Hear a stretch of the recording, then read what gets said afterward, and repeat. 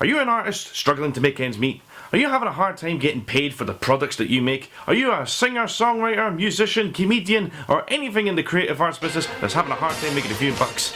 Then look no further than this book right here. It will teach you everything you need to know to help you get the money you need to get.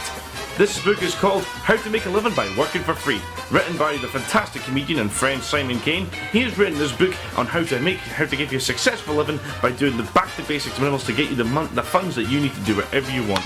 It's going to be a killer book. Go on indiegogo.co.uk to find out more. Drop a perk, get a donation, and get the book that you need to help out. That's the advertisement out of the way. Let's get back to the show. My name is Ross Hepburn, and I'm a stand-up comedian, and this is my 100 Days of Happiness.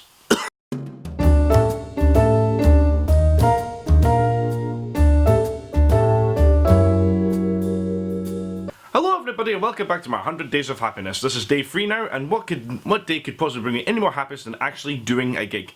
Throughout the majority of last year, I was sort of distracted from doing club circuit gigs because I was so busy with the Beetlejuice show that it kept me busy that I didn't really have time to do circuit comedy gigs. And I'll be honest, I kind of missed it. I missed playing the clubs, I missed seeing all the other comedians that I sort of work with and stuff like that. So, to be able to come back to that and have fun with that again was always a blessing. So to tell you more about it, I'm going to send you over to Beatcam with me.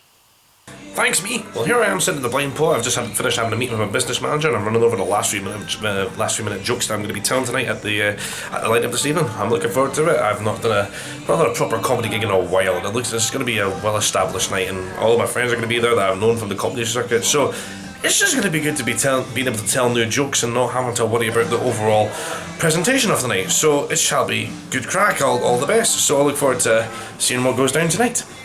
It's always good to do a small Edinburgh gig, particularly ones in Edinburgh, because, I have to travel back and forth a lot to do a lot of gigs, but to do just a small gig to test out new jokes in Edinburgh is always a relief. I got to do a gig at the 48 Below, which is run by my good friend and comedian Ian Campbell, and he just puts on a nice night that lets everybody come down, try out new jokes, and, just to get a taste of it. It's not a night for perfection, it's not a night for polished material, it's just a night to test out stuff and just say the jokes you've got in your head out loud, and sometimes those nights are better than actually needing a polished night.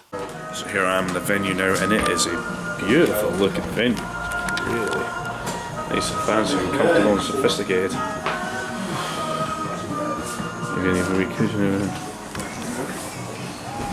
Just waiting on people to turn up and we can get the show on the road. Yeah. That gig was fun, and I tested out some new material. The new jokes will be posted in the link down below if you want to see what the jokes were like, and you'll see as I gave the example of what it's like to do a gig where you don't really need to worry about it being polished or perfect. You just have to say it out loud to yourself to know what it sounds like. There's a few jokes in the set that does need fixed, but thankfully for that night I now know what to do to look back on it and see what it is I have to do to change. With that said, it was still a great gig to do, and for a gig that's, that for a small audience, they were very nice and responsive. They always gave the best. It's always good to do gigs to small people because they're the most honest people you find. They're the ones that are most responsive. To a room full of people, that's great as well, to sort of give you the energy, or just to perform to just the small numbers.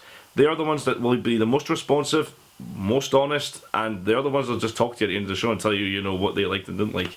At least that's what I've got from my experience, at least. Right, let's be finished with the gig now. I am now done. I'm going to head up the road up to Banshees to relax for the next night. I'm going to look over the material that I filmed tonight and look over it and see what needs to change, what needs to be done better, what needs to be done tighter. All in all, a successful gig. So I'm going to try and get myself booked for more club gigs and do more little shows around Edinburgh or Scotland, or just in general, just to play more clubs, because they're always just fun to do, and also if the right one's paid. But I'm not looking for the payment, just the exposure, just to get the jokes out there. It's just good to do those sort of gigs again, and I'm going to enjoy doing them some more. Anyway, this has been Ross Hepburn, saying day 4.